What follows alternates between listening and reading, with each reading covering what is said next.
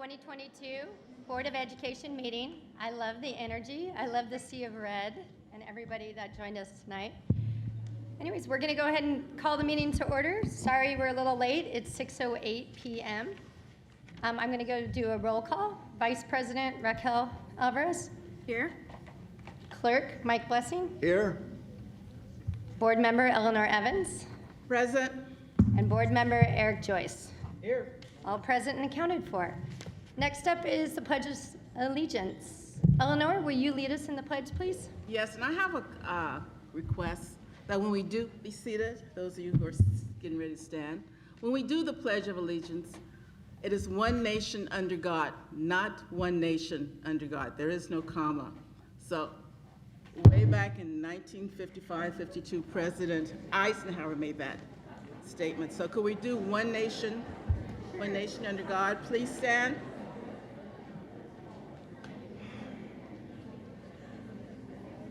Place your right hand over your heart.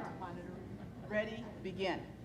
I pledge allegiance to the flag of the United States of America and to the republic for which it stands, one nation, under God, indivisible, with liberty and justice for all.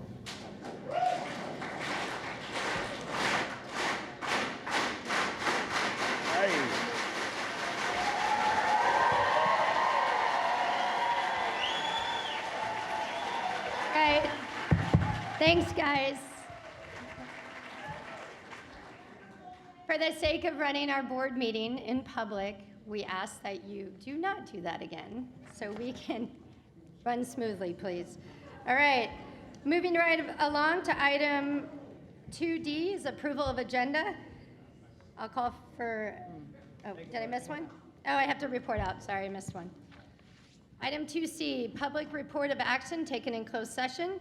The board voted unanimously to appoint Mike Gravelin as Director of Technology. Congratulations, Mike.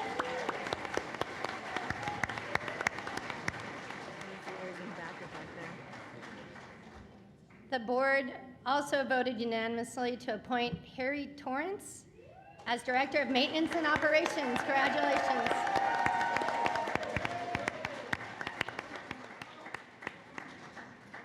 The board also voted unanimously to appoint Michael Hoke as Director of Facilities.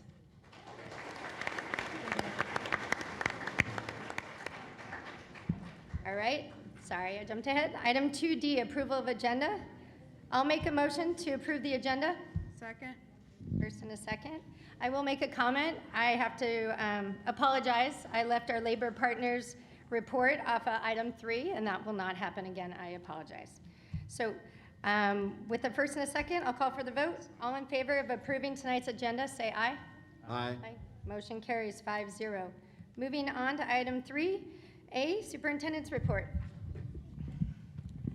Well, we're excited to begin the 22-23 school year, and I welcome all of our staff that is here tonight and the enthusiasm in the room. Whether it's for positive or for things that you want to share with us, we're happy that you're here and we're happy that you're back. We're actually starting the school year with an additional just over 90 new staff joining the Oceanside Unified School District. It's very exciting. We have over 40 bond projects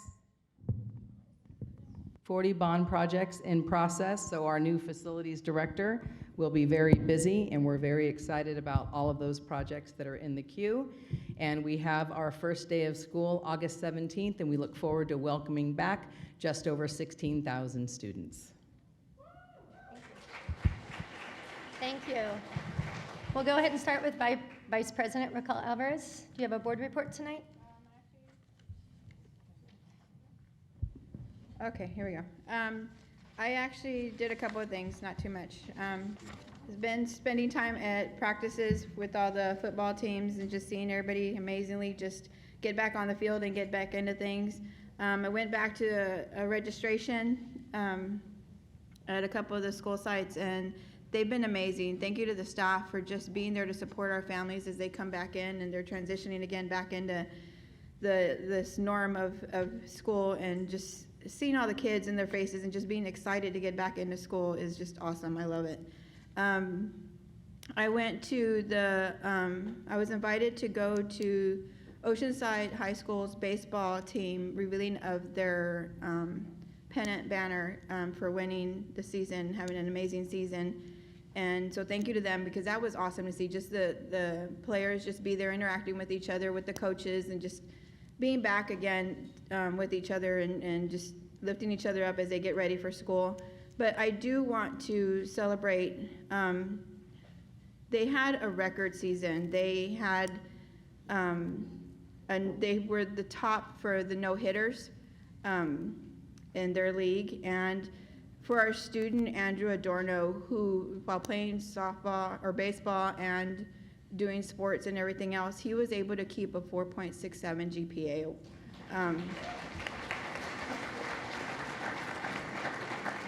So I credit his family and just the students and the coaches and our teachers who just, again, are there for our students to support them. So thank you. And I am, again, excited to just be back this year, ready to just roll and just be there for our kids, because, oh my gosh, they are so on fire. I love it. Like, just even going to the store and seeing them shop for their school supplies has been amazing, just seeing that. And so just thank you. Look forward to a great year. Thank you. Thanks, Raquel. Eleanor? Okay, I would invite everyone to really at least investigate the Pledge of Allegiance and how it came about and the significance of it and why it's important. I heard some grumbling about what I said. Hopefully it was reference to something else, but I think it's very important in terms of our own civic and mindedness, and the fact that we are in a democracy, we live in a democracy, and one of the things we honor that is by the flag salute, okay? Secondly, I had the opportunity to attend the Equity America Conference, which reaffirmed our values in terms of, valuing everyone in the academic world as well as the political world. And I've had some compliments that I'm relaying to staff regarding furniture, that the parents are saying that they really love it and that, they really appreciate the new furniture. So that's my report. Thank you, Eleanor. Eric Joyce?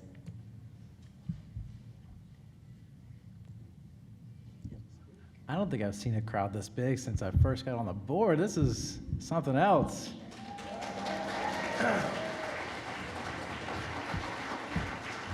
to see you. It's good to see you.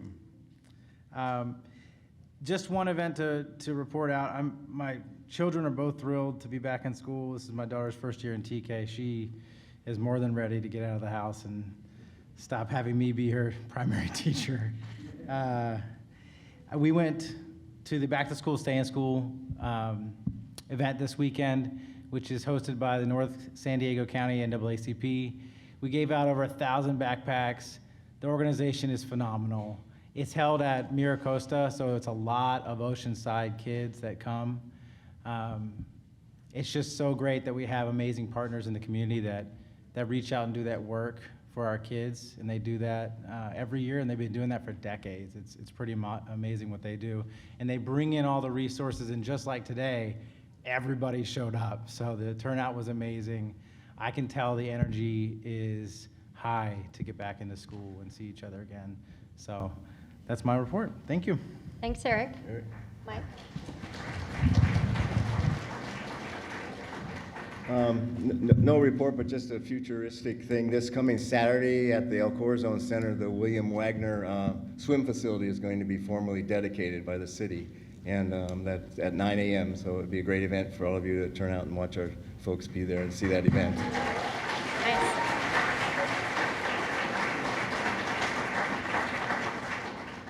All right, my board report is short. I went over to Oceanside High School and got a warm welcome last night. I was in incognito, as my son would say, and registered him as a pirate, freshman pirate. So it was very smooth, and I'm very excited to have him going to Oceanside High. So I look forward. Any teacher out there that wants us to come see your classrooms and show us what you're doing, please send us an email to the board.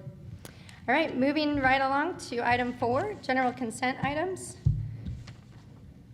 I think we have some public input on that one. Am I correct? Yes. Let me look. Yes. All right, so do you want to call them up? Ann? Emily Witchman, item 4H.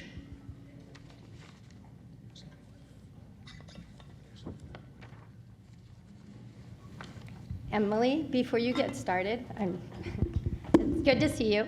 I just want to remind people when you're speaking to the general consent items, you have selected an item and that you speak to that item. So follow the rules. So thanks, Emily.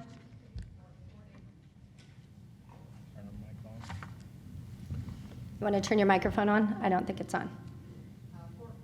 We can't hear you. There's a little button on it. There you go. So you're speaking on item 4. No. Here, we'll go home. Come on, you guys, go get that. So how are you?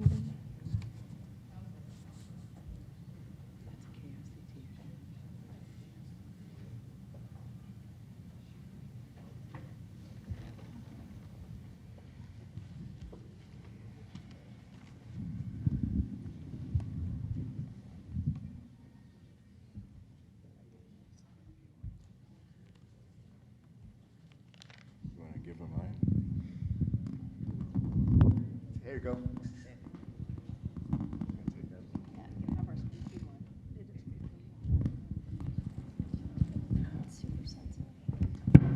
Wow. I guess it's working. Thank you. Yay, thank you. All right, we're going to restart your time. Okay, I'm speaking on the Courageous Principal Institute, and I've got several comments about this conference. First of all, it's poor planning on their part to schedule this when school is already in session for teachers. You know, we all know principals use this time to bring together staff, set goals and expectations for the school year. Here's what this company has written about the conference, called Courageous Principals, but by the way, is a very outdated term used many, many years ago by a previous superintendent.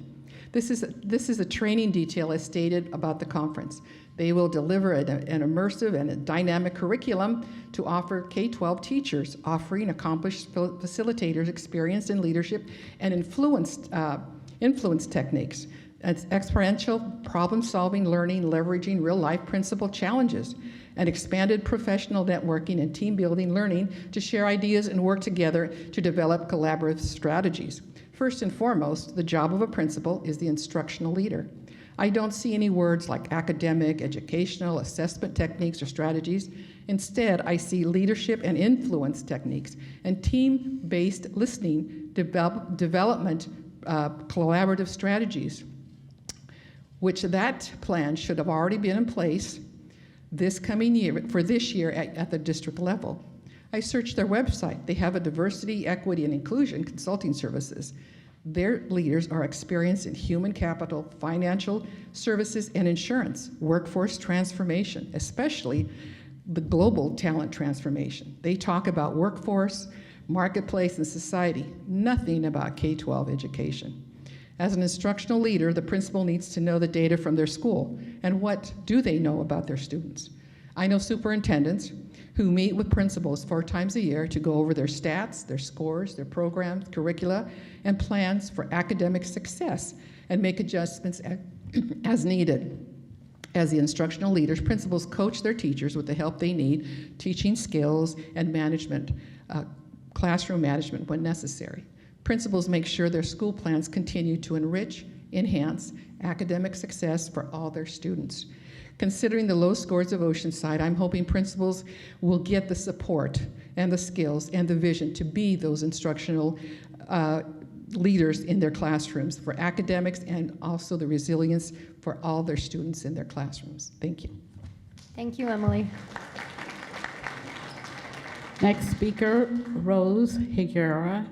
She will be speaking on items 4D, 4G, 4I, 4J, and 4L.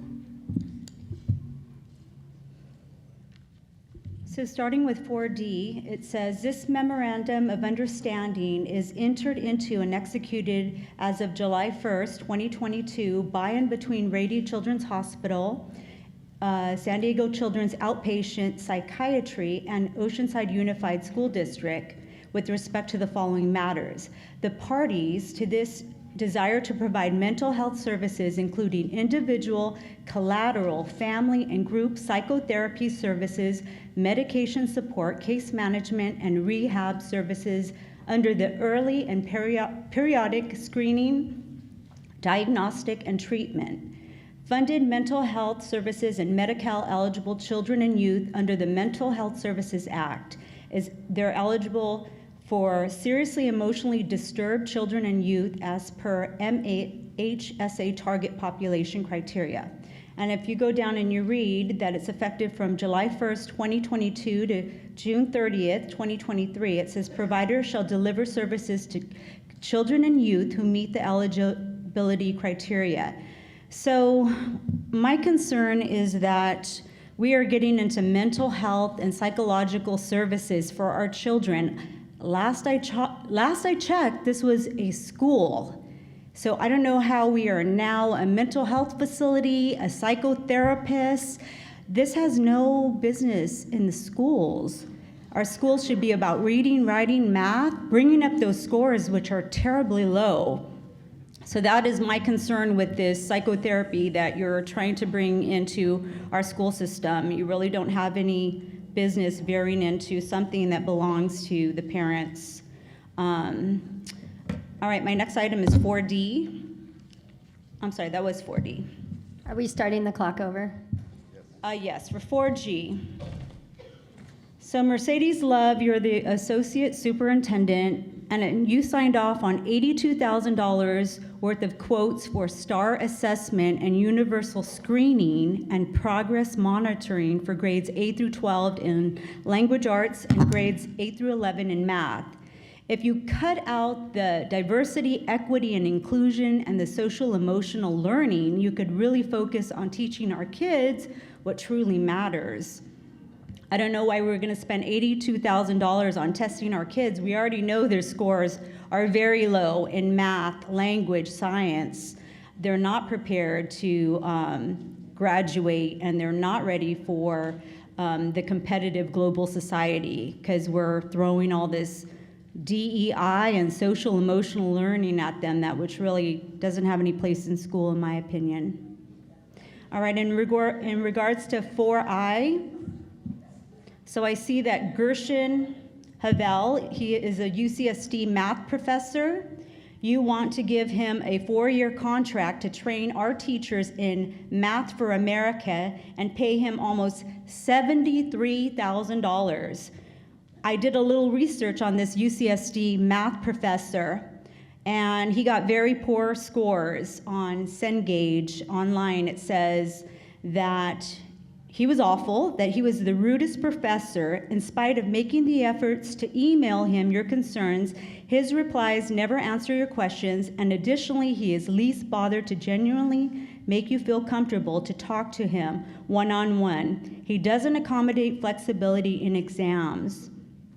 That's one person. Another one gave him a score of a 1 quality, 5 difficulty, and an awful. This person says, I took a summer class where his lectures were 3 hours of torture. He made it impossible to study in class, and I love math. And the third one, and this is just from me digging around on the internet, says he's awful. Quality 1, difficulty 4. Terrible professor, gave the class an average grade of D+ with a lower division math course. Horrible teaching, barely knows his stuff, nobody should ever take his class. So I don't know if you guys research these independent contractors and consultants or not, but just from me digging around a little bit, seems like that's a lot of money to spend on a UCSD math professor that has such low ratings. In regards to 4J, the non-public residential treatment facility in Devereaux, the Devereaux Foundation in Texas. So it looks like you're sending one special ed student They are sent to this residential treatment facility with inclusive education program with intensive mental health services, behavior intervention, counseling, and taxpayer dollars are paying $1,001 a day in inclusive education program, $243 a day in speech and language, speech and language is $100 an hour, and occupational therapy is $100 an hour. So I'm a little concerned that we're sending one special needs, special ed student all the way to Texas. Where's the accountability in that? We don't know what's happening with this child, this minor, and what are these intensive mental health services? I think we need to have more accountability in that area. In regards to 4L, again, you have the Vista Community Clinic, behavioral health therapy. There's no liability for Oceanside Unified School District. So again, you guys are veering into psychology, psychotherapy, all of this stuff on our minor children, and you don't really have a right to be counseling our children. This is a school. We need to stick to teaching them academics, the Constitution, history, relevant things that are going to help them in life, balancing a budget, balancing a checkbook, you know, learning how to be tech savvy. And that is all for the fours. Thank you. Thank you, Maria. We done? All right. I'll make a motion to approve item 4, general consent items. Do I have a second? Second. Do we have any questions for staff? Regarding item J, can we explain as to why the student is going to, and what the state law says we're required to do? Excuse me, hold on, you guys. We can give an overview about how that process works without using any student names. So this, thank you very much, Board Member Evans, for the question. What we know is that students have a diversity of needs, and some students need more support than others based on their health needs, based on their emotional needs, based on their behavioral needs. And in every single school district in the country, we have an obligation to provide what is called a free and appropriate public education for students. And sometimes what happens is we don't have the services locally to meet some of the needs that students have. These are very rare cases where students have such extensive needs that we can't meet them locally. So we contract with different providers who have a different set of circumstances who can provide those services. For this particular student in Texas, as a result of COVID-19, many of the residential treatment centers here in California limited the number of available spaces for students. And we know that right now there's a resource shortage across all industries.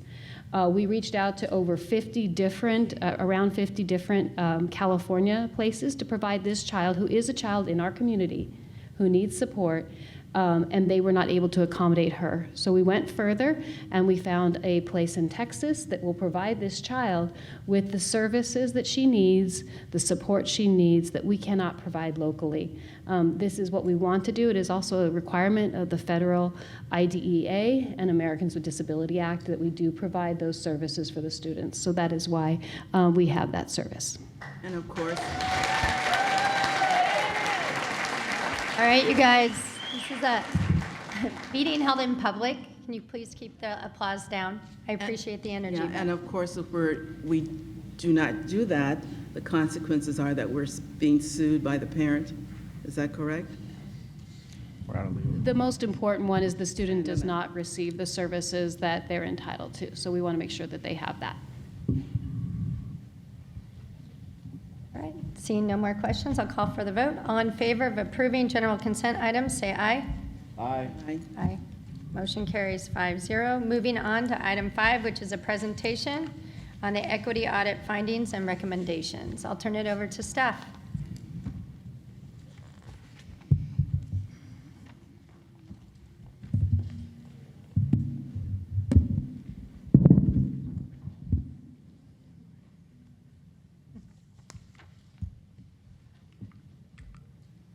works. Great.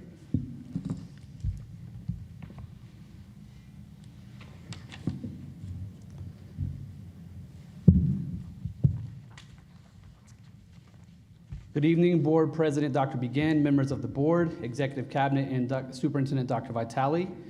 This evening, I'm grateful for the opportunity to share with you the findings and recommendations from our year-long equity audit in partnership with Epic Education.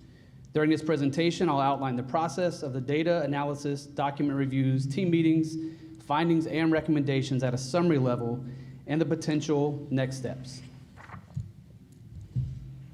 In June of 2021, our Board of Education voted unanimously to partner with Epic Education to conduct a year-long assessment and analysis of our equity indicators in OUSD. Members from the DEI team, CNI, and district leadership worked alongside Epic through a deep data analysis, document review, interviews and listening circles, and review of curriculum materials. We collected input from departments, teams, students, and the community to better understand our equity challenges and barriers, as well as how we might work to collectively remove those barriers. The 4 focus areas in the equity audit are personnel, teacher, programmatic, and achievement. Along with Dr. Nancy Dome and Rosina Kapadia, the expert team from Epic Education, I'd like to thank the following members who supported the coordination of this year-long effort. Dr. Richard Lawrence, Vicki Gravlin, Emret Reed, our team from DEI, Adrian Vermillion, Sheila Goldsberry, Marissa Crawford, Deb Wickman, my co-pilot, Maisha Wiggum, and our superintendent, Dr. Vitale. A word about equity and this approach. We believe that equity exists at the intersection of opportunity, access, and belief, and that according to one of our core district values, educational equity demands that every student receives the academic, social, and emotional supports that they specifically need to thrive. Further, our values state that resources are allocated to address achievement and opportunity gaps, and to that end, I want to say thank you to our Board of Education for committing the time and resources to this important work of the audit process, where we ask some hard questions around race, socioeconomic status, gender, ability, roles, and processes, all so that we might continue to make OUSD a more welcoming, inclusive, and equitable place to learn and to work. Here, this slide summarizes, it's very text heavy, but it summarizes the data collection and analysis conducted by the audit and OUSD team, as well as the document review. In reviewing all these documents and data sets, the aim was to have a comprehensive look at the organization and look for areas of representation, gaps, and opportunities. From the analysis of over 50 document types, guides, and processes, the teams developed a set of 5 to 6 questions to ask in listening circles. The list of questions were rooted in findings and wonderings from the data analysis and document review, and created to be open-ended and solicit thoughtful responses and experiences from the participants.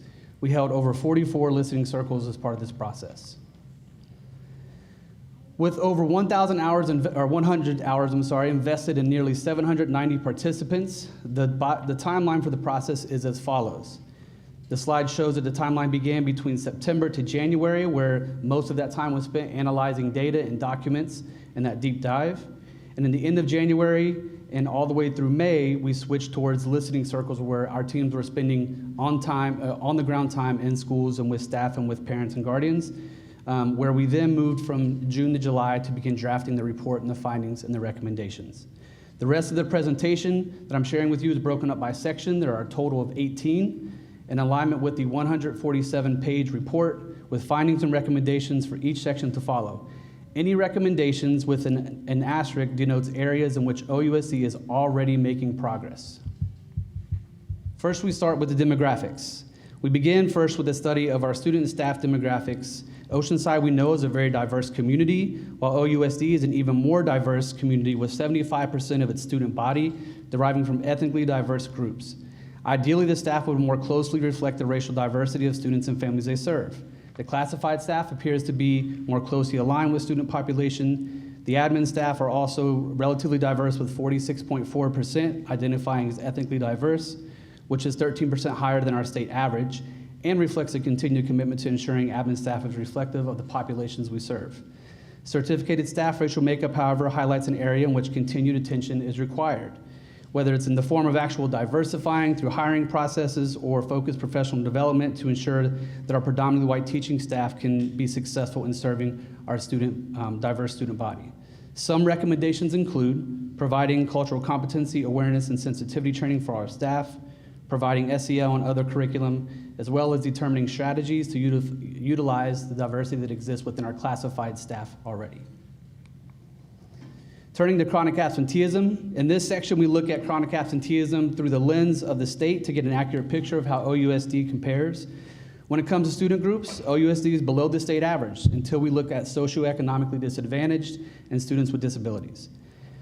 As noted, due to OUSD's higher number of students that fall in these two categories, we'll have to continue to actively focus ongoing support for both populations. Further, in review of our data, we see that we need to pay particular attention should be placed on Hispanic, Latino, Latinx population to determine the causes of chronic absenteeism, which is higher with that group.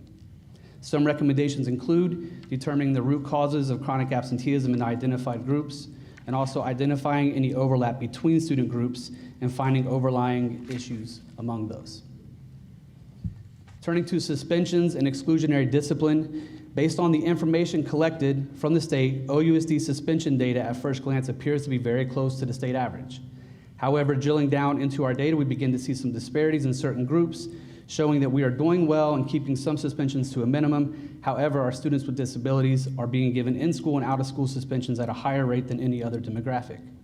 Some recommendations here include improving accuracy of a centralized reporting system, ensuring all of our staff fully understand an MTSS and its processes at each tier, and implementing restorative practices throughout OUSD with fidelity to the program outline and goals.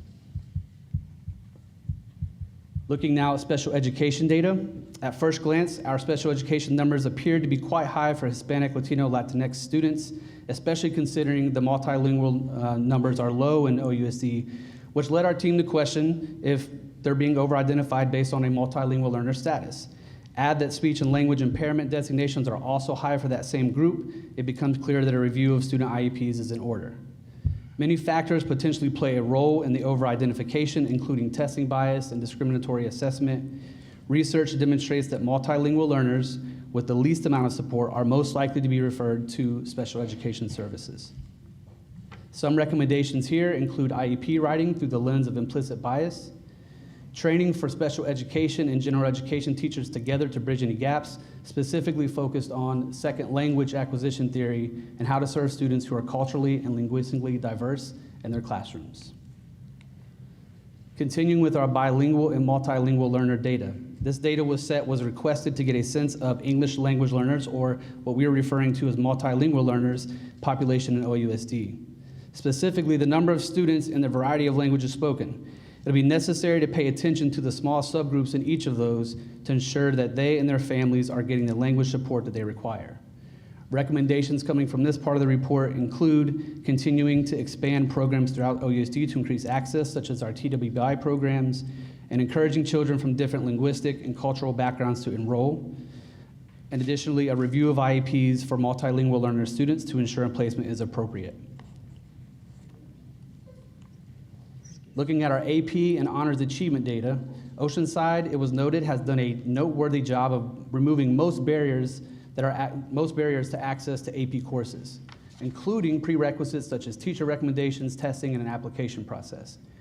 Removing these barriers provides students opportunities to access classes that were once guarded. However, it would still benefit OUSD to look at how they actively encourage more students of color to participate in AP courses based on enrollment. According to our data, 11.8% of students participate in AP courses, and the findings indicate that Hispanic students comprise 51% of the enrollment in those courses, which demonstrates an increased commitment to inclusion. While our white students make up 18% of the district average, but have a higher AP participation rate at 25%. And it's also noted that while Asian students make up 3.3% of our total population, they comprise 8.6% of the AP honors student enrollment. While this is favorable to our white and Asian students, it would benefit OUSD to look closely at how racial identity sets up expectations about who can and or should be involved in achievement courses. Noticeably absent from this data was data for our Black and African American students. Some recommendations include supporting counselors in identifying own implicit bias in order to understand how they may play a role in students and the students they encourage to take higher level courses. Also looking at the same enrollment for AP without The other is factors of SPED, 504, and multilingual learners to avoid duplicated enrollments. Looking now at our graduation in A through G findings. For a student to leave OUSD, there are 3 potential pathways: an A through G track, also known as college career readiness, a non-A through G track for students with disabilities only based on grade in a course, and certificate of completion for students with moderate to severe disabilities. According to OUSD data, 2019-20 dropouts were reported as follows: 47% white, 47% Hispanic, 6% African American, for a total of 32 students who dropped out. Within that data, special groups broke down as follows: 31% of those who dropped out were students with special needs or multilingual learner students. This would further highlight the need for special attention to be given to those two populations so early intervention can take place to provide necessary support to help them stay in school. The numbers overall are low and decreased even more by 7 in the following year, which is great progress and shows a commitment to ensuring all kids graduate A through G. However, it's worth mentioning that in 2021, only 1 of the 14 students receiving a certificate of completion was white, and while the numbers overall are not significant, OUSD must understand the intricacies of those students of color receiving certificate of completion and work on supports to continue to reduce this number. Some recommendations here include creating a written process to help identify which students are eligible for which pathways, and also collecting data on a regular basis to ensure students with disabilities accessing the pathway are not just students of color. Looking at socioeconomic status, 67.7% of our students identify as socioeconomically disadvantaged, which we understand can bring unique challenges, all of which can negatively impact students and their ability to be academically successful. OUSD, it was noted, has been extremely responsive to their community needs through a number of ways, including free lunch for all, in the process of creating and growing our community schools, partnering with multiple food pantries to provide food and diaper distributions to families and to students, and also working diligently to continue to update our OUSD resource guide available in English and Spanish. And so some of the recommendations coming out of this part of the report were to challenge all students while providing social support to ensure their success, to have information readily available for student support services within the community, and providing training on trauma-informed care to support strategies for students who are economically disadvantaged. We now turn to our finance, school site expenditures, and distribution of resources. The experts in the audit team were interested in detailing the expense reports for each site. The LCAP data for each site was also provided, but gave more of an overview of where funds would be spent rather than details on how they would be spent. We were interested in understanding the allocation process for each site outside of categorical funding to see if resources were equitably distributed across school sites. So one of the recommendations from this part of the report is to determine if there's a district need for this level of inquiry and oversight. Turning to our PTO, PTA, and parent, guardian, caregiver participation. Demographic records for parent participation are not being kept. The voices in the room must be representative of the student population served, and the best way to ensure that this is happening is to keep track of the information and actively seek to include any missing perspectives. It should also be noted which groups have fiscal responsibilities and decision-making power versus which groups are only advisory. Recommendations from this part of the report include collecting information regarding participation to identify whether all families are being represented in these meetings, and to collect data regarding funding and usage. Finally, our listening circles. Please do not try to read all this slide from where you're sitting. We held 20 listening circles for staff, classified and certificated. We held 5 administrative and management listening circles, 6 parent, guardian, caregiver listening circles, and 13 student listening circles, which were representative of over 200 students in grades K through 12, including our ATP students. The listening circle process, as part of the equity audit, focused on experiences of those in our system with an emphasis on the barriers and challenges that exist, as well as how they got there in the first place. Overwhelmingly, and not surprisingly, we were reminded that humans want to connect, they want to be heard, they want to feel a sense of belonging, and they want to be affirmed in their work. Continued surveying and monitoring of these groups is strongly recommended and will most definitely be part of a next step coming out of this process. Jordy, I just have one question Yep. before you go on. How are students selected to be part of the listening circles? We actually solicited each school to participate in the listening circles, and principals identified students who they knew would participate and give direct feedback to the audit team. I have a couple of questions. Sure. Slide 8, in terms of suspension and exclusion, I still don't understand why there's such a high rate of suspension. You know, are our educators, our classroom teachers being given restorative justice training, professional development in terms of this? So the short answer to that is yes, but at an introductory level, and we have a plan this year moving forward. We'll be doing a deeper dive into restorative justice practices, but also working with individual schools around a new discipline matrix that we have. But our findings showed that our OUSD suspension data was actually closer to the state average than what we first anticipated. Okay. And my next question is slide 11 in terms of access.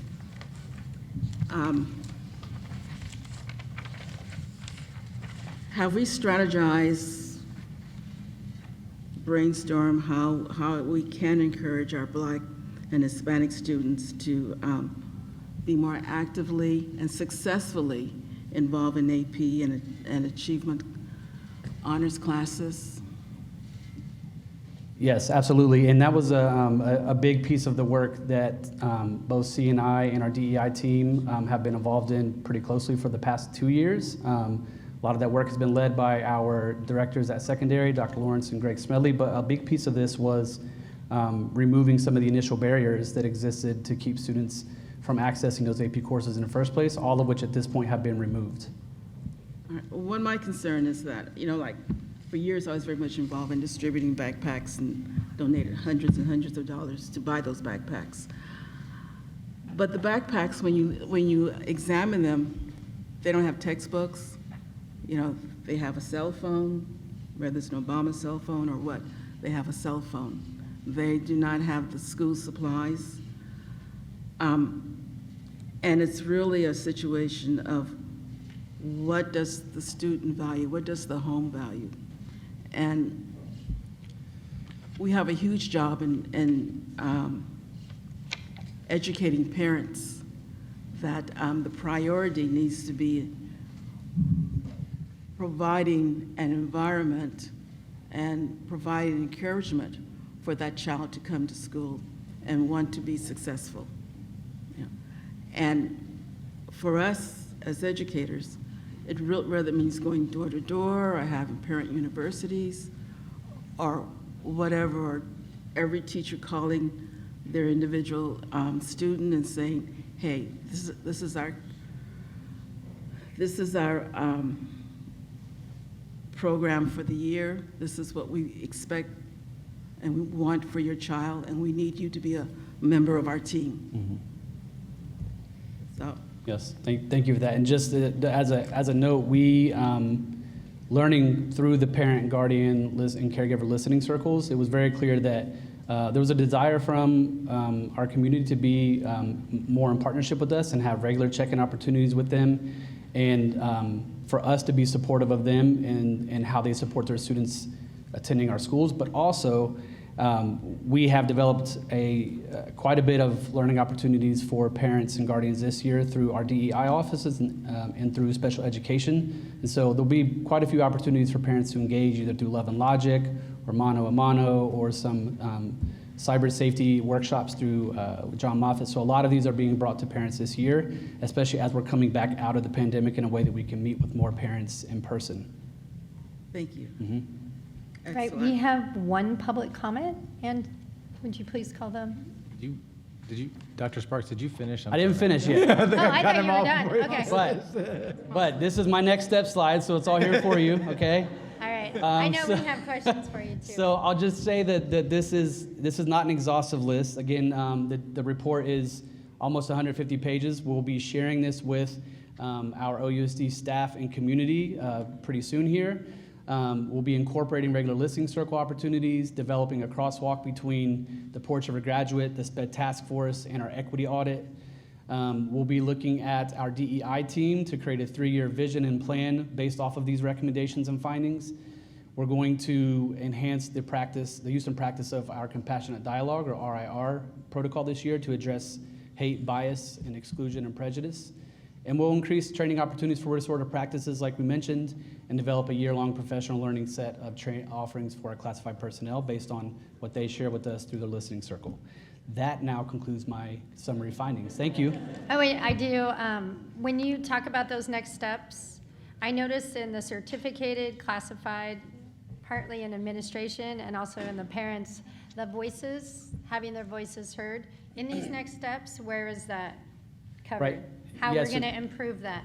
Absolutely. So that was the thing that I think showed up most in not only the equity audit, but also the SPED task force and also the Porch of a Graduate, was how much people valued being heard, being listened to, being part of the conversation, and just being in dialogue. And I think that's especially true coming out of pandemic when so many people were separated and voices were kind of kept to a screen and that was it.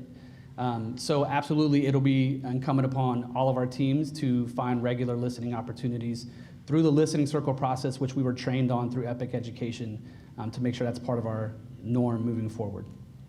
I agree it's important that everyone is heard, but once we all are heard, how do we act in terms of achieving our common goal and having that child be successful? You know, I think everyone needs to take responsibility.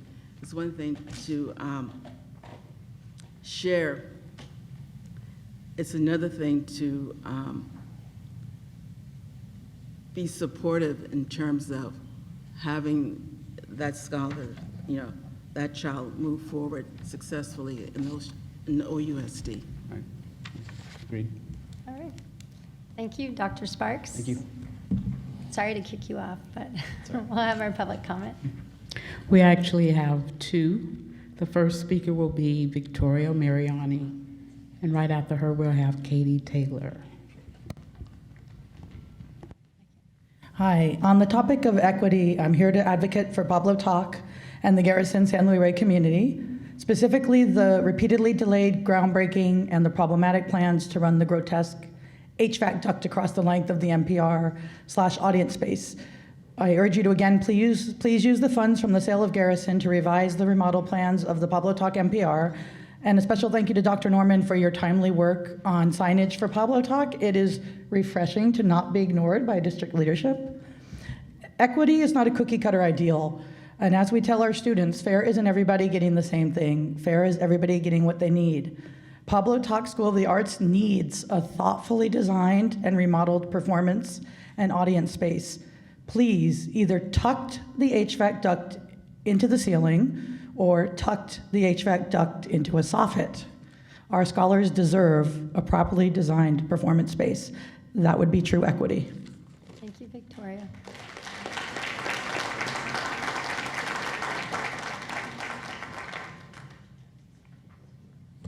Okay, good evening. Equity audit. Okay. The definition of equity is to make everyone the same, it appears in this presentation, which is impossible. You can't make everybody same, have the same. As much as the Marxists want us to just click our heels and believe, yes, it can be true. Why I'm so relieved, the school board and teachers have a plan to develop equity, help achieve the golden promise. All they have to do is help their students find out their true gender. Why waste time learning to read and math when there are bigger, more important equity goals? Based on the forms from the San Diego Unified School District, I'd like to read for you. School staff shall not disclose information that reveal a student's transgender status or gender nonconforming presentation to others. Therefore, given the sensitive nature of the information, when speaking with parents, guardians, and other staff members and third parties, school staff should not disclose a student's preferred name, pronouns, or other confidential information pertaining to the student's transgender or gender nonconforming status without the student's permission unless otherwise authorized. So the success of the plan, it's clear, just cut out the parents. They're in the way, they don't need to know. But then it hit me. I have no idea of the gender of our esteemed school board. How can we proceed as a team and help promote equity when I have no clue on your gender? I would certainly never judge your gender on your hairstyle or your clothes. Please enlighten us. Transgenders everywhere. The board is pressing students to dig deep and find their gender. You can lead the way. And I have the forms here for you that you can fill out. Easy to follow, so we know who you are. And to show you what a team player I am, I'm going to start. Definition of a female, relating to or being the sex that has the capacity to bear young or produce eggs. Yep, that's me. I'm a female that bears children and produces eggs. Now, why don't you all tell us what your gender is? You're pressing kids on it, pressing them every day to try to find their gender. You tell us yours.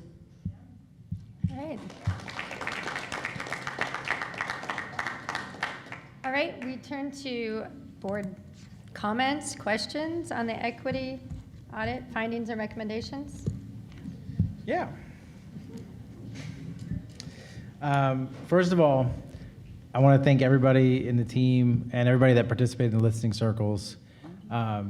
These are the kind of conversations that are really important for us to have honestly and openly so that we can make significant and long-term progress in our district together. So I really do want to say thank you to everybody who participated.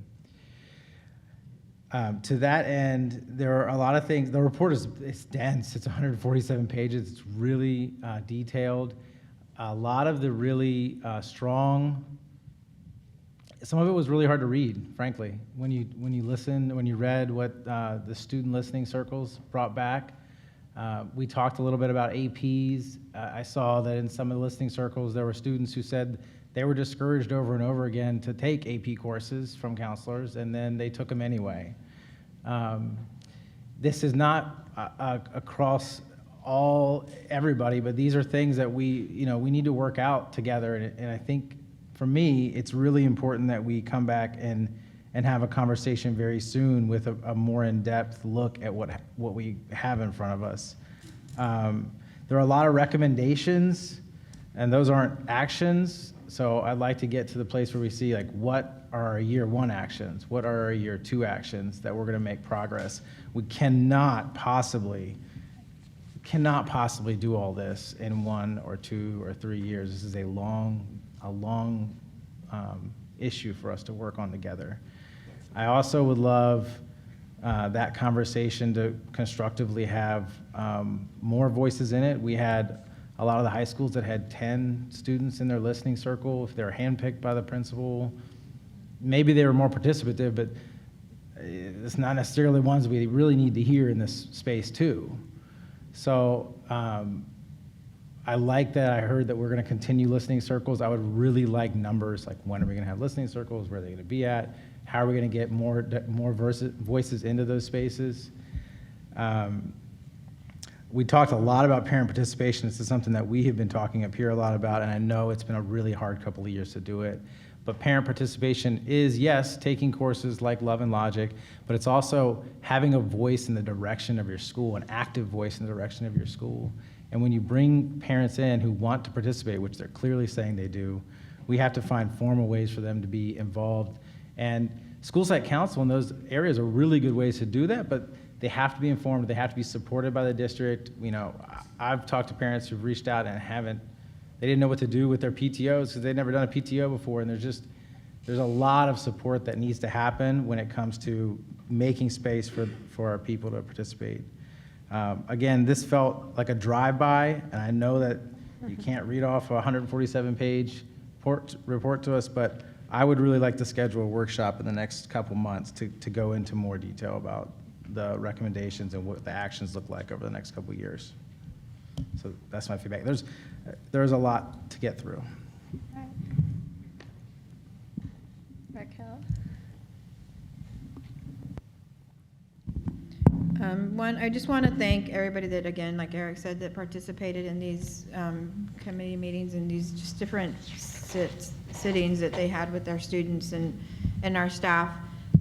I do agree with Eric that we do need to look at how we're going to make this happen and the changes, because sitting down again with the students is going to be the major thing that needs to happen, because again, just like we talked about, that they feel discouraged, or they feel like they're not going to be able to do it, and they don't feel like they're going to be accomplished or anything like that. Finding what we need to change, or even just the verbiage of just being able to communicate with them differently is going to be huge. They've come back very different in understanding and feeling how, and taking things very differently after the pandemic. So working with them, again, just to be able to understand where they're coming from. Because I know, just like with my own child, he was set up to be in an AP class, and he came home, he's like, I can't do it. And why am I doing this? And why are you, but we know that he's capable, but he just feels like it's going to be too much, too soon, but we know that it can happen, because we know that there's a support. We know that the support is there at our schools, but they don't know that yet. Like, they haven't figured that out yet, and they're not seeing it. So there's a different way that we can get that to them, to see that within those little small talk groups with the students at the school sites, that we have, that because it's a safe space, right? We want them to know that their school sites are their safe space, where they can come, they can talk, and they can speak freely. So letting them know that those spaces are there, so that they can have this communication, so that we can get it back to the support staff at our school sites, or even to their teachers, because they feel more comfortable talking to their teacher than they do their parent at times. Then letting them know that space is there. So again, just being able to get that support that they need to be able to accomplish, so that they leave here accomplished and successful, because ultimately that's the ultimate goal with every student, right, that we have here. So finding that space and that way to be able to make it happen, I think is only going to happen if we can be able to communicate or have these discussions further than where this is. I mean, I looked at this, like Eric said, and it was just like, okay. Light summer reading. Yeah. It was too much, too quick before we got here today, so it was just not going to happen. And so being able to go through it step by step, even just for myself, even just as a parent of a child in the school district, of going, okay, now how do I help not just my child, but other children within the school district? So I would greatly appreciate that. But again, thank you again for all of this, and for all of those that shared just openly. Thank you. I agree. I will say thank you, and I really appreciate the hard work. But quite frankly, there's nothing in here that's, for me, that's new. You know, this is something that both as an educator and just growing up in San Diego County, I've experienced and I've seen and I've witnessed. And it goes back to, does the home value education, does value in education, is that really being instilled in the child? When the child's in school, is he or she valuing, being in school, value the importance of getting a quality education? Is the parent supporting the child? And doesn't, even if from quote unquote poor families, setting aside an area for the child, checking to see, if homework's being done, just those things. Sometimes it's not a matter of money, and it is a matter of attitude towards education, supporting the school, supporting the classroom, and just whether it's the child, the parent, the educator, focusing on academics.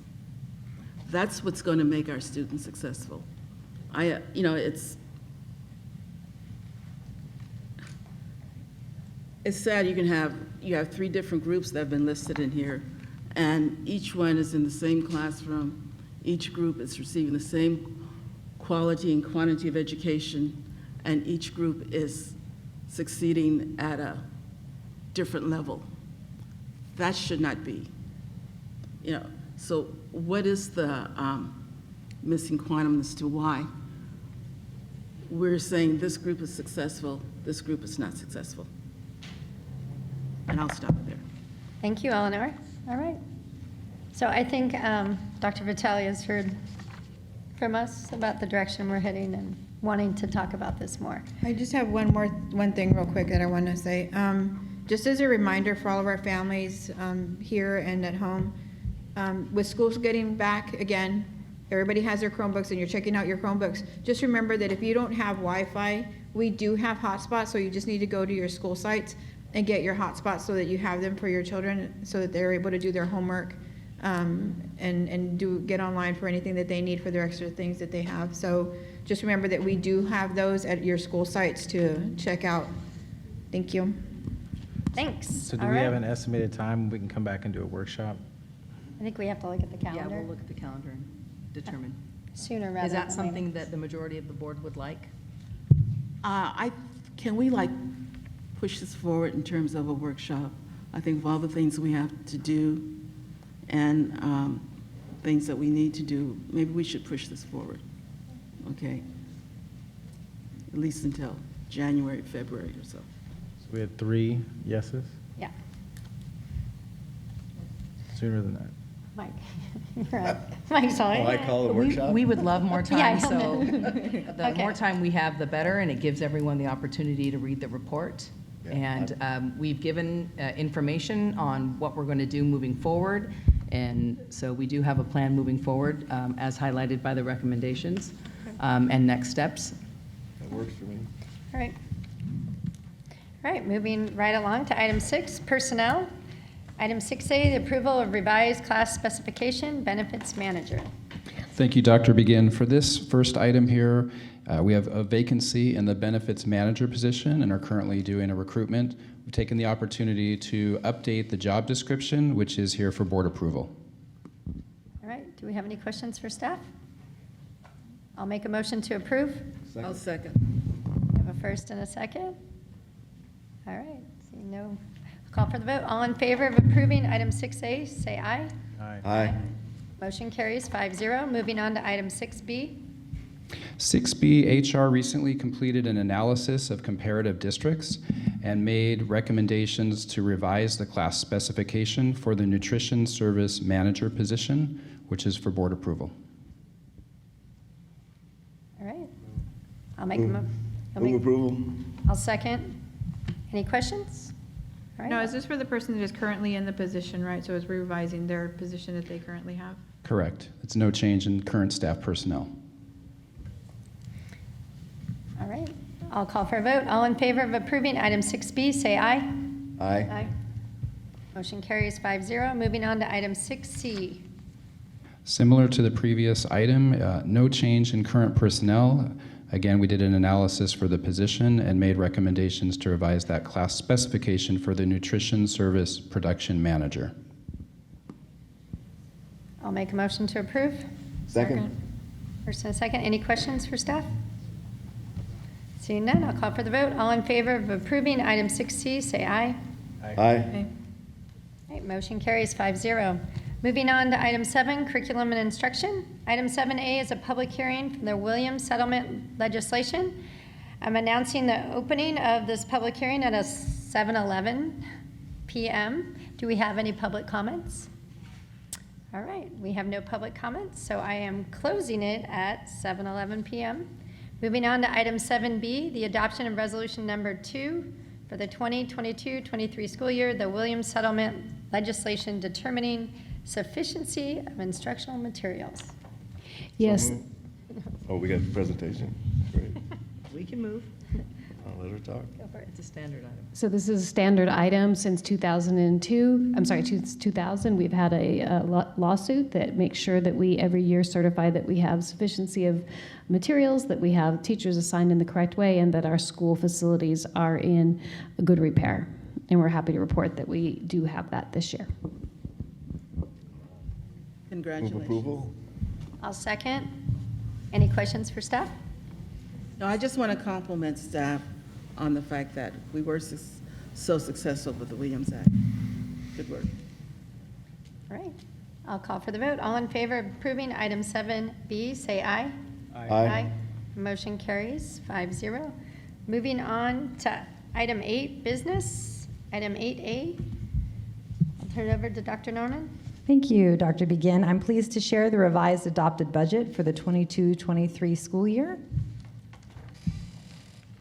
It is based on California's adopted budget signed by the governor in July. This revised adopted budget includes updates to our district's funding as a result of the increase, thank you, in the LCFF rate per ADA and the ADA relief factor. Here we have our multi-projection assumptions. Assumptions are important when budgeting so we can anticipate our revenue based on what we believe the year will be like. The yellow sections are the assumptions provided to us from the state. The blue section are the assumptions specific to OUSD. The first row is the attendance ratio of the students. The COLA provided for the fiscal year 22-23 is expected to increase from 5.33 to 6.56, which we saw. We've also anticipated increased costs for CalSTRS and CalPERS. Declining enrollment plays a big role in how we are funded. We do anticipate at least 410 students each year. We also factor in the increasing cost of 7% for health and welfare, increasing the cost of utilities, as well as step and column. Next. Here we have the updated proposed budget summary.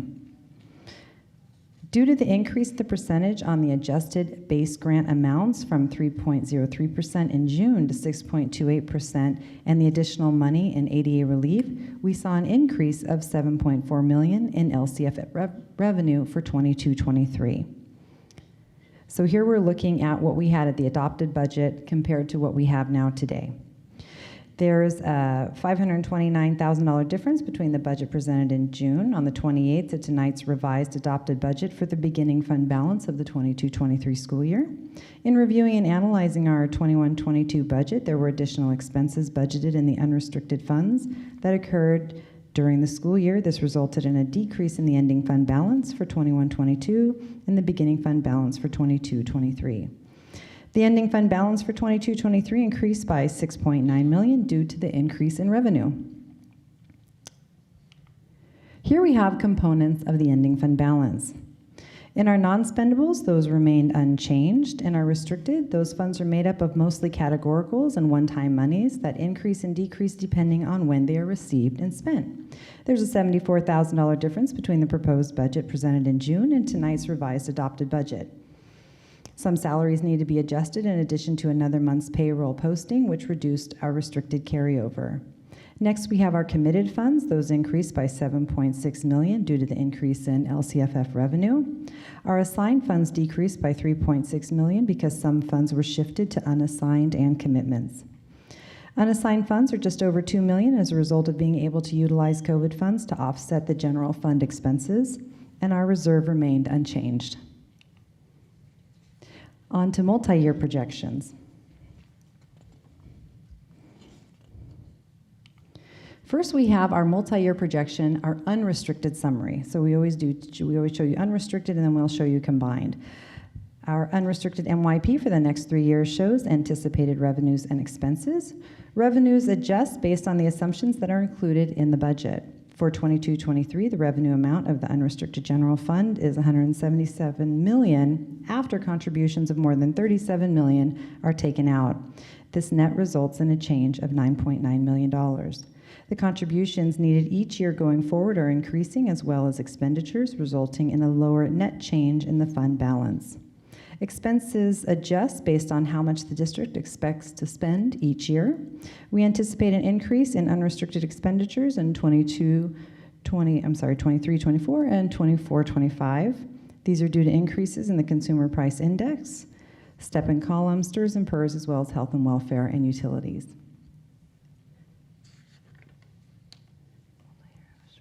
Thank you. The ending fund balance becomes the beginning fund balance for the next fiscal year. Because we don't need any additional funds to meet the reserve, we are able to successfully meet our obligation for the next 3 years, resulting in a positive budget. The state requires districts the size of OUSD to maintain a reserve of at least 3%, but not more than 10%. The 3% is calculated on expenditures on the combined summary. So now let's look at the combined summary. The MYP combined summary brings together both the unrestricted and the restricted budgets. For revenue, we budget both what we anticipate to receive as well as spend. This also includes the decrease in ADA and COLA in addition to COVID funding falling off. For expenses in 23-24, the expenses go down because of fewer COVID expenditures from the previous year. We also make our last CERT payment in 22-23. In 24-25, expenses increase slightly due to consumer price index, increases in health and welfare, step and column, and utilities. In the net change, you can also see the deficit spending taking place as our net change in fund balance decreases significantly in 24-25. For the ending fund balance, that is plus or minus the difference between the total revenues and the total expenditures. Then we have our non-spendable and other commitments, and that's anything prepaid such as contract, OPEB, committed funds, revolving cash in stores, supplies in our warehouse that are given out to departments and charged at that time. We also have the adjusted ending fund balance. That is the difference between the ending fund balance minus the restricted amount and the non-spendables and other commitments. We have no reductions needed at this time, and again, the reserve of 3% is calculated on the expenditures on the combined summary. So actions to ensure fiscal solvency: continue collaborating with the San Diego County Office of Education, closely monitor student enrollment and adjust staffing accordingly, reduce staff as funding timelines expire, for example with restricted funds, titles, grants, and COVID money, evaluate health and welfare costs, identify possible reductions in contracted services, and continue to incorporate updated revenue and expenditures as they become available for current and multi-year projections. The information I'm giving you tonight is based on our most recent information that we have on hand. However, the LCFF calculator has not been published yet. And so when we meet again in December, which will be here before we know it, we will see some changes as a result of the new calculator. Thank you, Dr. Norman. Does anybody have any questions or comments? Comment for the state: it's really not fun building a budget around a calculator we don't even have. It's ridiculous. Unfortunately, that's what we're in. Just around declining enrollment, I again continue to advocate for us to bring families and communities into the school. New families that are new to the community oftentimes don't know how amazing our schools are and the work that's being done. So the more that we can do to bring people in, to bring folks in that aren't familiar with the great things that the people in red shirts do, we should. All right, any other comments? Good news. It is good news. I'll make a motion to approve. All right, we have a first and a second. I'll call for the vote. All in favor of item 8A, say aye. Aye. Motion carries 5-0. Thanks for the hard work, Dr. Norman. Moving on to item 9, diversity, equity, and inclusion. Item 9A. Thank you. So, like we always do at this time of the year, the district receives funding from the After School Education and Safety, or ACES program grant, 21st Century Community Learning Centers, or CCLC, and our new Expanded Learning Opportunity Program, or ELOP grant.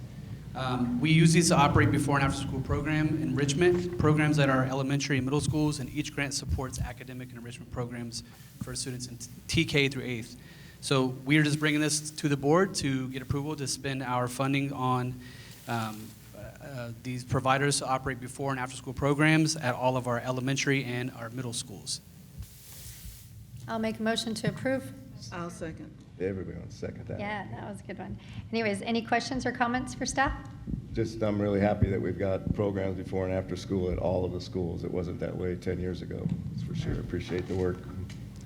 It is amazing. It is a tremendous offer to the community. The ELOP grants are really meant to expedite academic progress, so I really want to hear about how we're making sure that the programs are doing that, especially in our sites that have the most need. Super. All right, I'll call for the vote. All in favor of approving item 9A, say aye. Aye. Motion carries 5-0. Moving on to item 10, policy development. Riveting. All right. Item 10A, approval of revision of board policy 4312.1, contracts. Thank you, President Begin and board members. As you know, the departments are bringing forward to you contract or board policies that need to be updated, either because of changes in law or updates recommended by CSBA. This first item has not been renewed since 2010. Staff has updated revisions that are recommended by CSBA for this first item. I'll make a motion to approve. I'll Second. First and a second. Any questions? Seeing none, I'll call for the vote. All in favor of approving item 10A, say aye. Aye. Motion carries 5-0. Moving on to item 10B. For this item, there's been some current laws, specifically SB 142 for accommodations for this. The board policy has been updated to reflect the new laws.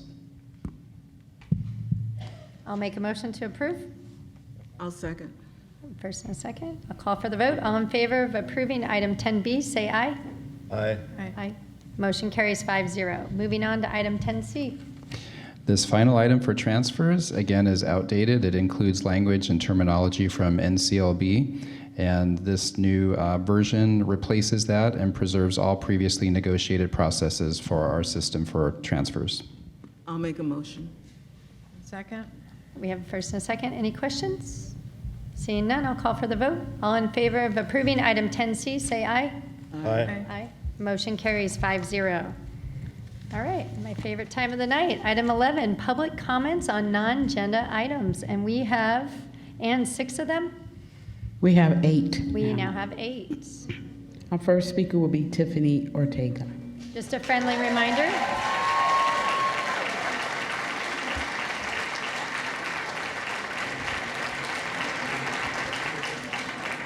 All right, before you go, Ms. Ortega, just a friendly reminder for the 7 other speakers as well. We have a total of 3 minutes per speaker.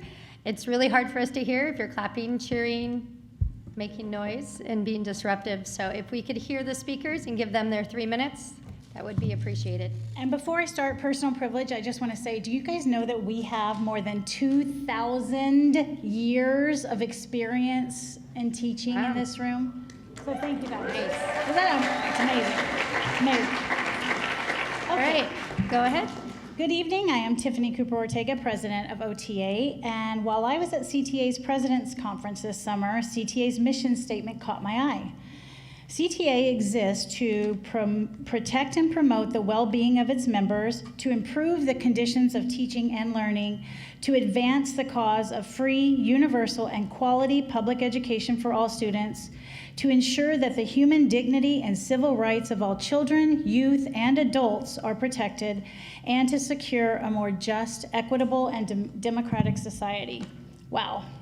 That mission statement is well crafted, and people way smarter than me wrote that. It caused me to reflect on the progress that the association and the district has made together that address the very goals highlighted in the mission statement. So while there, I talked with many chapter presidents, and they shared their struggles in their district. Not that I'm competitive, okay, I am, but the whole time I heard those stories from their district, I kept thinking, I know we're better than that.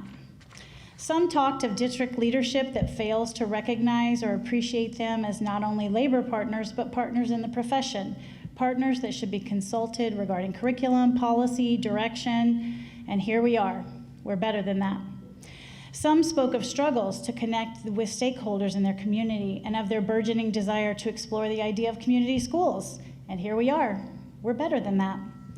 Some spoke of difficulties motivating and engaging their members, and here we are definitely better than that. Some leaders spoke of deteriorating workplace conditions and tenuous professional relationships that make it hard to attract new teachers and to retain their expert practitioners. And here we are better than that. Finally, some shared ideas and strategies, how they have to fight tooth and nail to convince their district that they deserve that cost of living increase included in the historically robust California budget. And here we are, and sincerely, I hope we are better than that. Witnessing these conversations solidified my belief that we are the best district in this state. We work with the most supportive community. Our students are simply amazing with all of the talent, intelligence, empathy, insight they possess. And our staff are among the best educators and support personnel in the state. Because following the path blazed by former association leadership, the tenacity of our members, and the collaboration of district leadership, we have made a commitment to work together to honor, leverage, and respect each other's expertise and experience in order to achieve a shared goal, to provide solid, quality instruction for all students in Oceanside. And honestly, it doesn't get better than that. Thanks for your time. Thank you.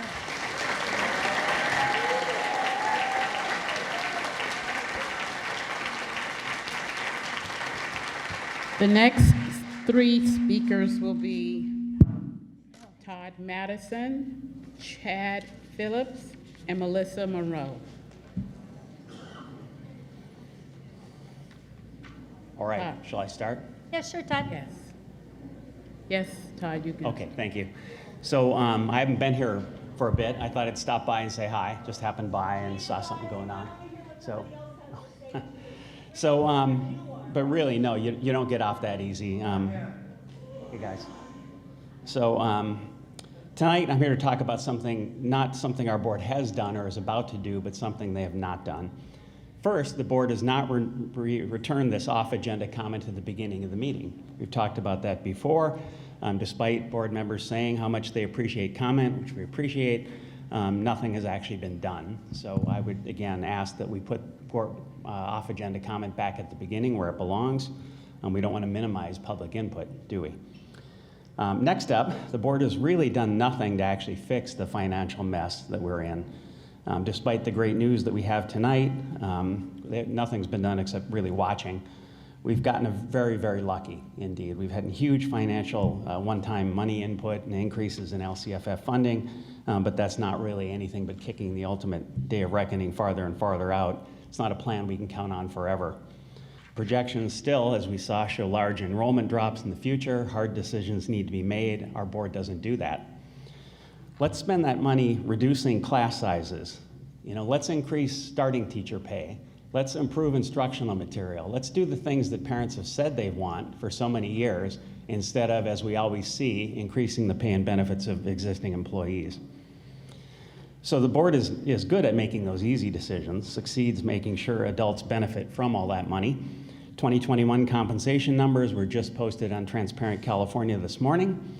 Median total compensation for administrators is now up to $166,789.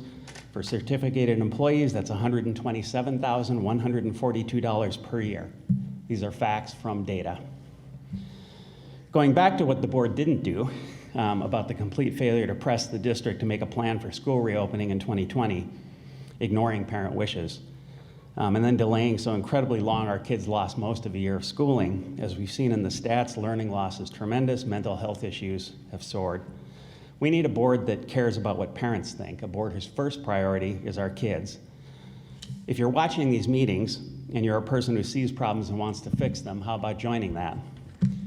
Districts 1, 3, and 4 are up for election. The district website has maps. If you're not sure what you're in, go to the Board of Education section. We have a great candidate for District 1, Allie Minot, mom of young kids, co-director of the Parent Association, someone who's been at the tip of the spear getting our schools to reopen. She'll be seated in a few months behind that table when she wins. So she knows what's important to parents. So if you'd like to discuss that, email oceanside.usd@parentassociation.net. That's oceanside.usd@parentassociation.net. Thank you. All right. Chad Phillips. Good afternoon, everybody. I'm here today to bring about awareness. I'm very concerned about the safety of my kids and the faculty at the schools here after the massacre last year in Texas. After it happened last year, I reached out to the principal, I reached out to the police department, several other people. The principal didn't give me help. The police department, there was a lady that called me back, gave me some good information. She said that there's a couple things. I asked if there was a program. Is there a setup? Is there something that's gonna happen? Do you guys have a plan? She said, yes, we do have a plan. We do have drills that can happen, but unfortunately Palmquist, where my kids go to school, weren't within that drill. Why, I don't know.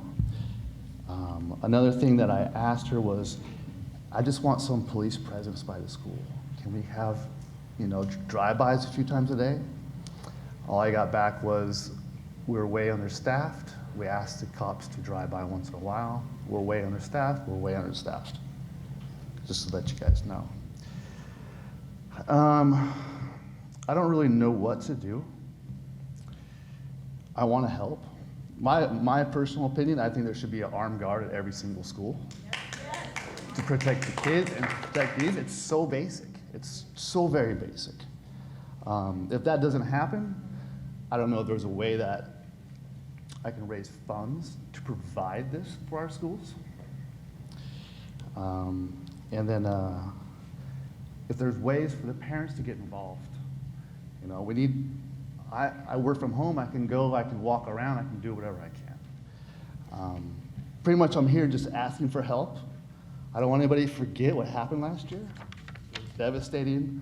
All the parents are worried. Every parent I talk about is like, what are we gonna do? What are we gonna do? How can we help? You know, I wanna get a group together. I don't know what we can do.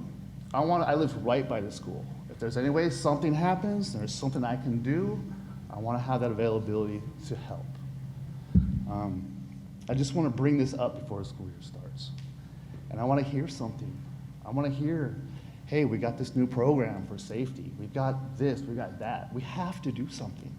There has to be something done. And that's all I have. Thank you.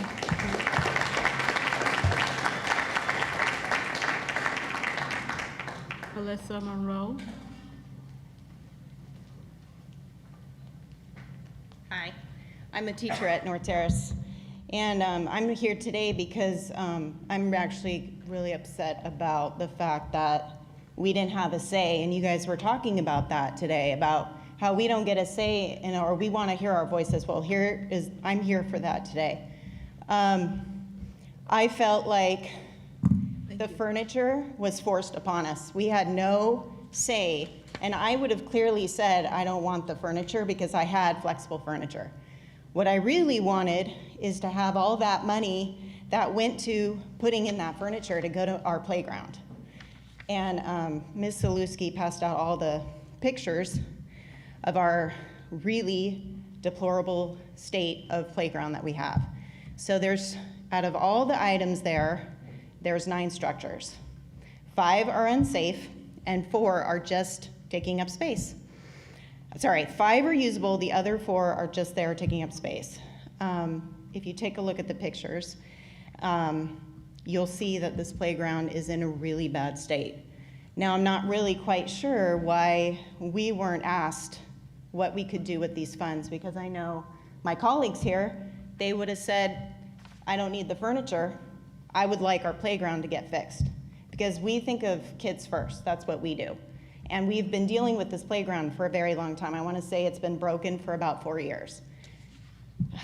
So my question here and my voice to be heard is, why was our playground fixed? Why did the money go to furniture that I don't need? I already had flexible seating in my classroom. I had cubby spaces, and now I have to deal with this furniture. I don't even have room for it in my classroom. I have 6 shelves that don't fit into my class. So what am I supposed to do with that? I wish, if I had my wish, I could sell it and put that money toward fixing our playground. So we have a student that cannot use her arms. Now, she was in my class. She can't access any of the playground. All of the playground is climbing structures and swings, which you need your arms for. So she was going through with me, and she was saying, you know, I said, what can you do on this playground? Let's look at what we can do for you. She said, there's no slide, there's no stairs.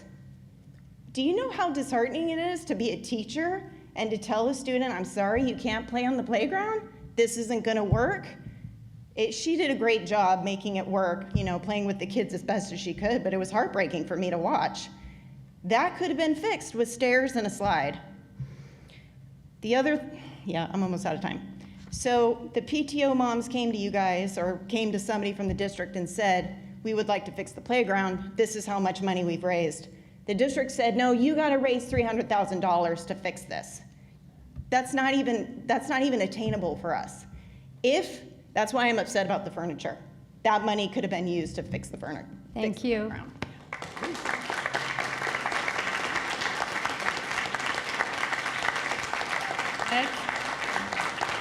Next 3 speakers, Emily Richmond, Rose, and Patrick Higuera. Emily Richmond.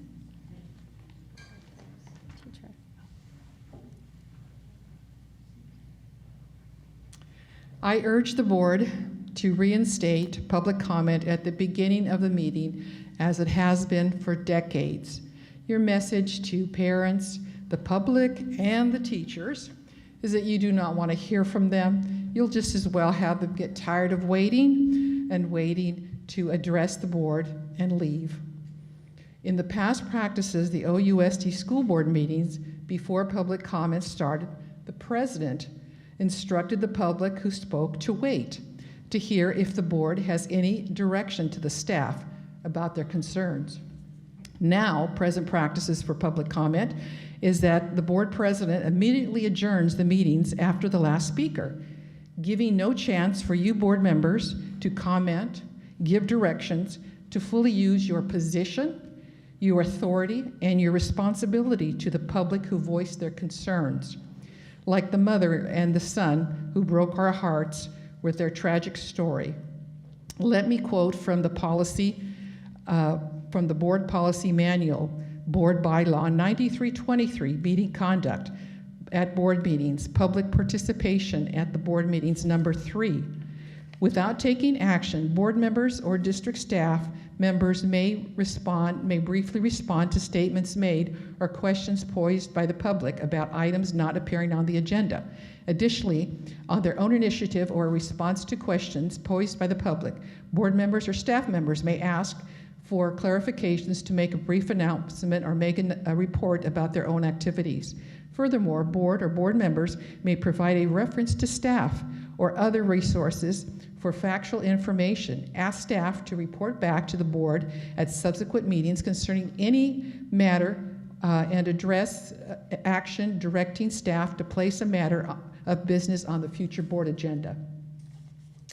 I urge you to move the public comment at the beginning of the meetings and instruct the public to wait for your comments and direction using your authority and your responsibility to the community and the taxpayers of Oceanside. Thank you.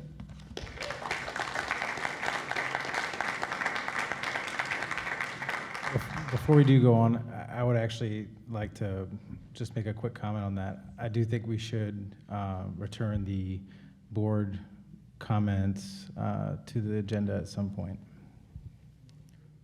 so that we can request items that should be on future agendas. I also would like to request that we move the public comments to the beginning so that we can have more parent involvement. And I would love for you to actually listen to parents and the community. So I got a hold of the San Diego Unified Sex Education, and I hope that we are not teaching our kids these things. But I would like to know, I would like to see a copy of what we are teaching our students here. One of the questions is it okay to masturbate? What does semen taste like? How do gay people have sex? What is porn? Let's practice. Work within your table group. Read and practice answering questions out loud in their small group. As a group, select one challenging question to share with the largest group.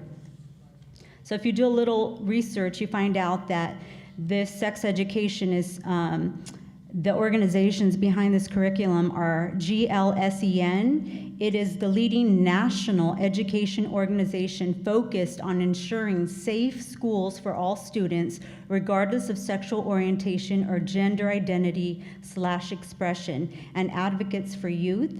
Advocates for Youth champions efforts that help young people make informed and responsible decisions about their reproductive and sexual health. Advocates believe it can best serve the field by advocating for a more positive and realistic approach to adolescent sexual health. Advocates for Youth envisions a society that views sexuality as normal and healthy and treats young people as a valuable resource. Wow. A resource for sex or what? And it says, as an intentionally K-12 organization, we understand the importance of beginning conversations about LGBTQ people and families in elementary school. So as a parent, I ask you why. This is emotional, mental, and psychological rape of young children. This has no place in the school. If you go on to read about this organization, it says a quality K-12 education is a fundamental right for every student. The Gleason Public Policy Office leads the development of safe and inclusive national, state, and local policies that create positive school climates for all students, regardless of sexual orientation, gender identity, and gender expression. So they seek to dismantle all identity-based oppressions, including but not limited to race, ethnicity, ability, so on and so forth. What they really mean to say is Gleason's aim is to dismantle a child's innocence and dismantle and destabilize nuclear families, which are the foundation of society. All right.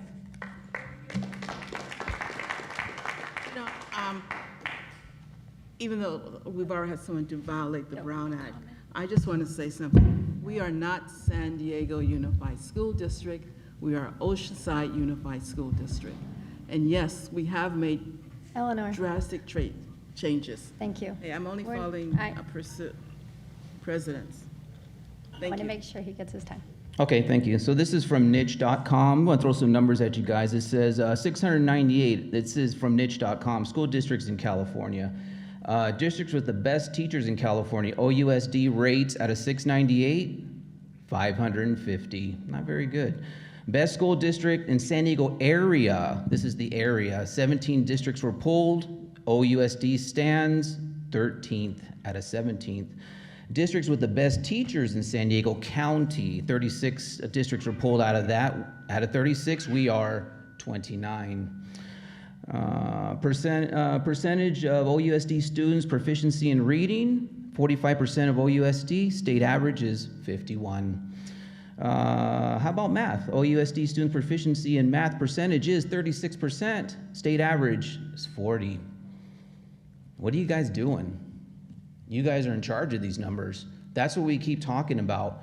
Get the scores up. And we've told you over and over, we've asked, not told, well, we've kind of told you, but we've asked over and over again, get the scores up. OUSD school district graduation rate, it's 87%, has dropped in the last 5 years. It was 89% 5 years ago and is steadily decreasing. School should be about reading, writing, arithmetic, U.S. history, U.S. Constitution. We do not have invisible borders, Mr. Joyce. You know, we're the United States of America. We do not have invisible borders. We want you to teach traditional family values. I think what the problem with OU people is you don't listen. You don't listen to the teachers. You don't listen to the parents. You don't listen. So, you know, you guys are like a fire alarm. You know, the fire alarm goes off and it makes me get out of my house to go and assess the issue. And what the problem is you guys are the roaring fire you need to be put out. So, you know, I'm pleading with parents. We need to run for these seats. We need to run for these seats. And we need to get Oceanside School District back to a respectable district. For the kids. And I think, I'm gonna say one more thing before I go. That little boy that was here, that 5th grader, 10-year-old boy had the heart of a lion, guts of a lion to get up here and tell you people that he was being harassed and beat up. Not one of you, not a one, had an apology. And that's shameful, very shameful. Next two speakers, Katie Taylor and Allison Mignon. Katie Taylor. Katie Taylor.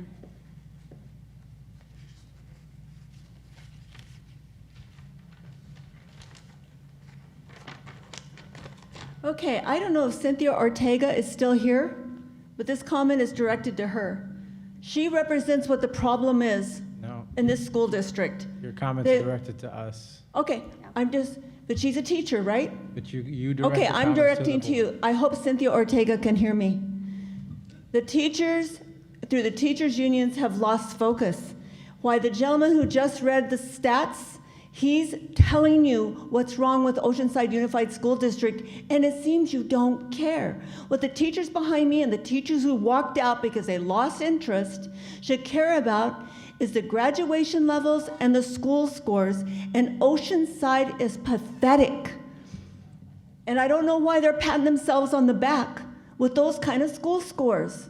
The other thing I want to tell you, if you had any integrity, nobody, Stacy, Eric, nobody who's working for the California Teachers Association, nobody who's affiliated with the California Teachers Association, any teachers association, or a school teacher should sit on the school board. You are compromised. You cannot vote in the best interest of the schools or the school children because you're beholden not to them. You are beholden to teachers' unions, and you should never be allowed to sit on that board.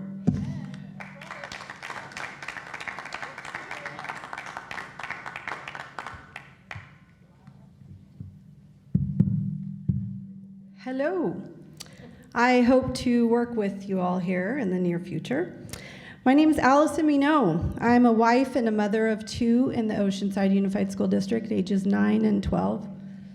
And I am a parent. I am living proof of what is happening in this school district. I feel it at home, let me tell you. I hope to make change in this school district by hoping to ensure our school board is more open to parent and community discussions in the best interests of our students and families.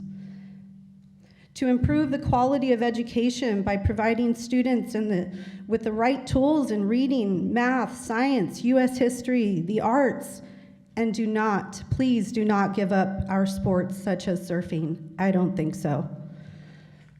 I'd like to also help and push for the fiscal responsibility to assure that parents that OUSD will make their children's education their first priority. We know that you all have been in a deficit for several years and you only have COVID funds to bring you up. Where did all those funds go? Again, I am a parent living in the past couple years advocating. I advocate and am also a founding member with the Parent Association, and I also work with Let Them Breathe and I'm a team member volunteer.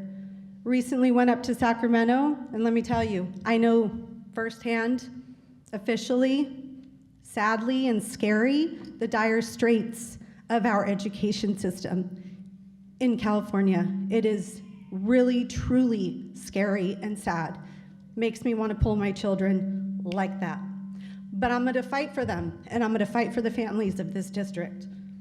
I have a form here from the City of Oceanside Jobs Housing Balance Report, April 2021. One of the most important implications around the central importance of talent is that community amenities and attractiveness matter a great deal for Oceanside that offers both opportunities and challenges. As a strength, Oceanside is by far one of the most affordable communities along Southern California's coast, with a world-class beach system and revitalizing downtown with new hotels, restaurants, luxury apartments, either recently completed but Oceanside, the state of its lack of K-12 schools, while many are high-performing, Oceanside lags on many metrics when compared to districts like Carlsbad, San Marcos, Poway. And, this is your city that wrote this. I can leave it for you if you'd like. This is in April of 2021. Thank you, Allison.